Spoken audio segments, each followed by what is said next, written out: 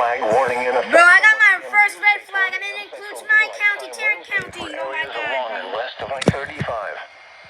The National Weather Service in Fort Worth has issued a red flag warning, which is in effect from 1 p.m. Tuesday to 1 a.m. Central Daylight Time Wednesday.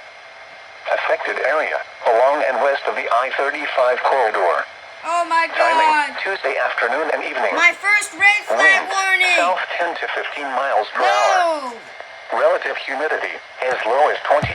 Oh shoot. Temperatures ranging from 103 to 109. Oh my god. Impacts, rapid ignition and spread of wildfires is possible Oh, due hell to no, I'm persistent screwed. hot and dry conditions. Oh heck no. A red flag warning means that extreme fire weather conditions are either occurring now or will shortly. Okay, I'm scared now. A combination of strong winds, shoot, low okay. relative humidity, and dry vegetation can contribute to extreme fire behavior. Oh shit. Avoid all outside burning and welding today.